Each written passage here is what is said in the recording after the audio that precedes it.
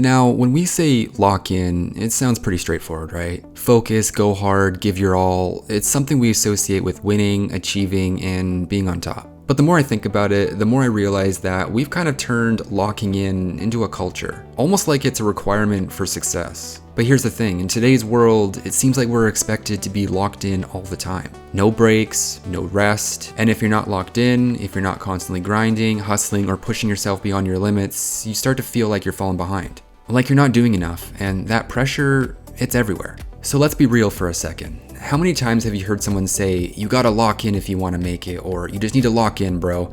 Like, seriously, it's kind of ingrained in our society now. School, work, even fitness or hobbies, there's this idea that either you're all in, fully committed, or you're just wasting time. But here's the problem. No one ever talks about the toll that constant locking in takes on our mental health. No one talks about the burnout, the stress, or the exhaustion that comes with the idea of always being on. Think about school for a second. When I was in high school, I was constantly told to lock in if I wanted to get into a good college, get a scholarship, or just get ahead in life. Lock in on your grades, lock in on your extracurriculars, don't get distracted by anything, and the pressure, it was real. But it didn't stop there. After high school, it was like the pressure to lock in just shifted to the next stage. It's like society's always moving the goalposts. College, lock in, internship. Lock in, job, lock in, side hustle, lock in, it never ends. Fast forward to today, and it feels like the idea of locking in has become this all-consuming force in our lives. You know what I'm talking about, right? You're expected to lock in at work or school, lock in at the gym, lock in on your goals.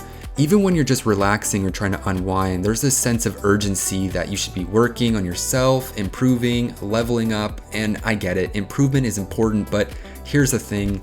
When you're always locked in, you forget about something really important, rest. You forget about balance, and that's where the problem starts to creep in. Let's break it down. When you're always locked in, you're pushing yourself to constantly perform, right? And that's exhausting. There's a mental cost to always being in that hyper-focused state. Research shows that sustained stress and pressure can lead to burnout, anxiety, and even depression. It starts with just feeling overwhelmed. It's like you're constantly running on empty, and at some point, your mind and body just shut down. I think a big part of it comes from the idea that we need to constantly prove ourselves. Whether it's to our parents, our friends, or even strangers online, we feel like we need to show that we're locked in all the time, that we're always working, grinding, succeeding. But what happens when we're only showing the highlight reel? What happens when we only show the days when we're crushing it? The thing is, when we don't show the whole picture, the days when we're feeling burnt out, the days when we need a break, we're setting an unrealistic standard for everyone else. And that brings me to social media. If you're on Instagram or TikTok, you know the drill.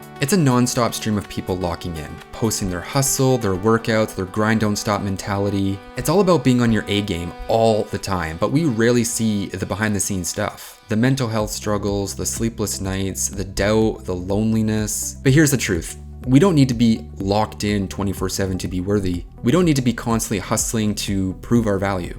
And I think it's time we start talking about that more openly. Like, can we have a conversation about how exhausting it is to feel like you've constantly been told to push harder, go further, do more? Look, I get it. There's a time and a place for locking in. When you're focused on a big goal or working towards something that really matters to you, sure, lock in. But if you're only ever in that locked in state, what happens to everything else? Your health, your relationships, your mental peace, those things can't be sacrificed on the altar of hustle culture. And honestly, I think there's something really toxic about this idea that if you're not locked in at all times, you're failing. You're not. You're human. You need time to rest, recharge, and recover. If we're constantly pushing ourselves beyond our limits without taking breaks, we're just setting ourselves up for burnout. And that's not success. That's exhaustion. That's why if you ever feel like you're falling behind because you need to take a break or rest, I want you to know you're not alone.